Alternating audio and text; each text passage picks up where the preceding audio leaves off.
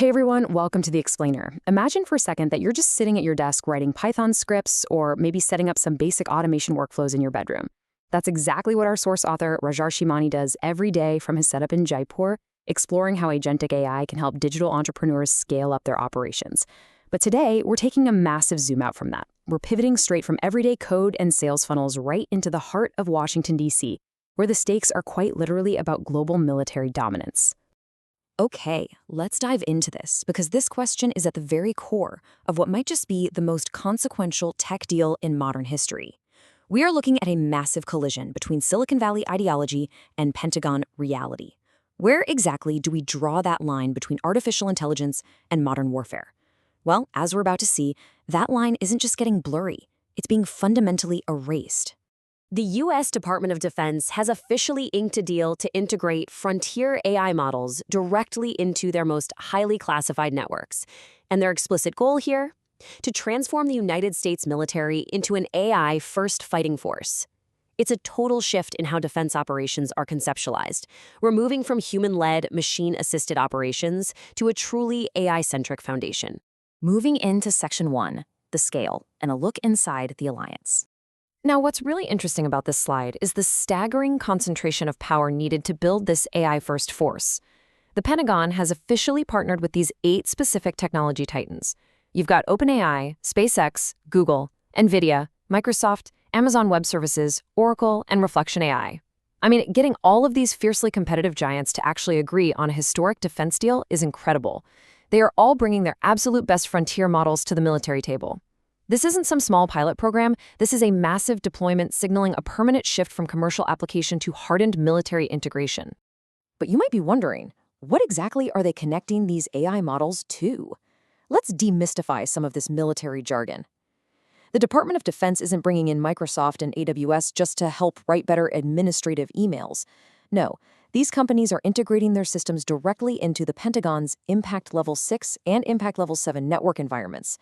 Basically, these are the absolute top-tier, hyper-secure cloud architectures used to handle the nation's most sensitive secret-level operational data.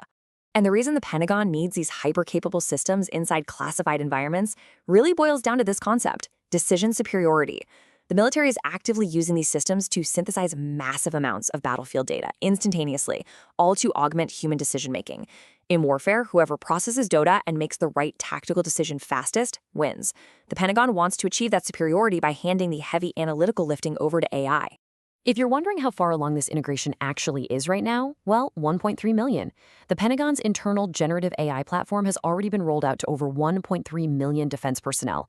In just a few short months, those users have generated tens of millions of prompts. It's a massive, rapid adoption across the armed forces.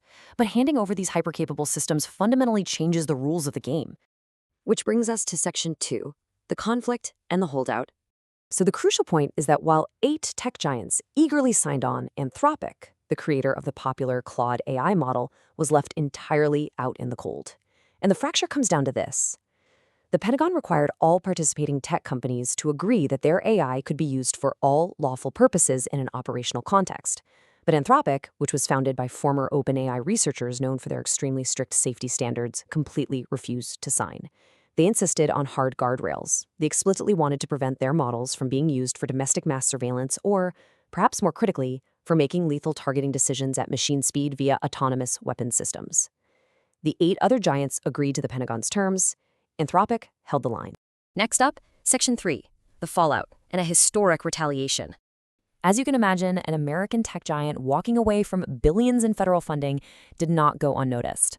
Washington's reaction was intense, leading to a high-stakes legal battle that is reshaping the dynamic between the government and the tech sector. In a really remarkable escalation, the administration hit Anthropic with a very specific, highly damaging designation. They labeled the company a supply chain risk. Now, that is a severe, punitive label historically reserved for companies linked to foreign adversaries. Using this weapon against an American tech company founded by Silicon Valley veterans is practically unheard of.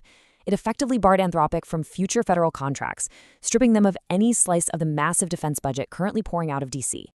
Let's move to and see how this builds, stepping through this unprecedented legal escalation. Step 1, Anthropic refuses those all lawful purposes terms. Step 2, the government responds by designating them a supply chain risk. Step 3, Anthropic fires back, filing a federal lawsuit accusing the government of an unlawful campaign of retaliation. And finally, step 4, a federal judge in California actually grants an injunction in Anthropic's favor, stating the government's motive was indeed likely retaliatory. But despite that legal victory for Anthropic, the operational damage was largely done. The Pentagon simply bypassed them. They built a redundant, multi-vendor architecture using Anthropic's fiercest rivals. By securing those 8 other companies, the military ensured they avoid vendor lock-in. Impartially speaking, this guarantees that no single AI lab will ever again have the power to dictate ethical terms or safety guardrails to the U.S. military. The military secured its systems without needing to compromise on its operational requirements. Finally, Section 4, the resolution and the future of tech. This brings us right back to where we started, to developers like Rajarshi and to you. This historic alliance shows us exactly what the Department of Defense wants AI for. They aren't looking for administrative efficiency, they are looking for a warfighting advantage. We are watching the commercial tech sector and the military-industrial complex merge in real time. The architecture we use today to automate workflows is the exact same foundation guiding military operations. The battle lines have been drawn, 8 tech giants securing billions in defense contracts on one side, and a lone AI lab fighting for the right to say no on the other. I want to leave you with this incredibly provocative thought from our source material. The AI arms race has officially left the laboratory. So what does this actually mean for the everyday tools we rely on, now that their underlying architecture is shifting toward the battlefield? Think about that next time you load up your favorite AI tool. Thank you for joining me on this explainer. Keep questioning the tech you use, and I'll see you next time.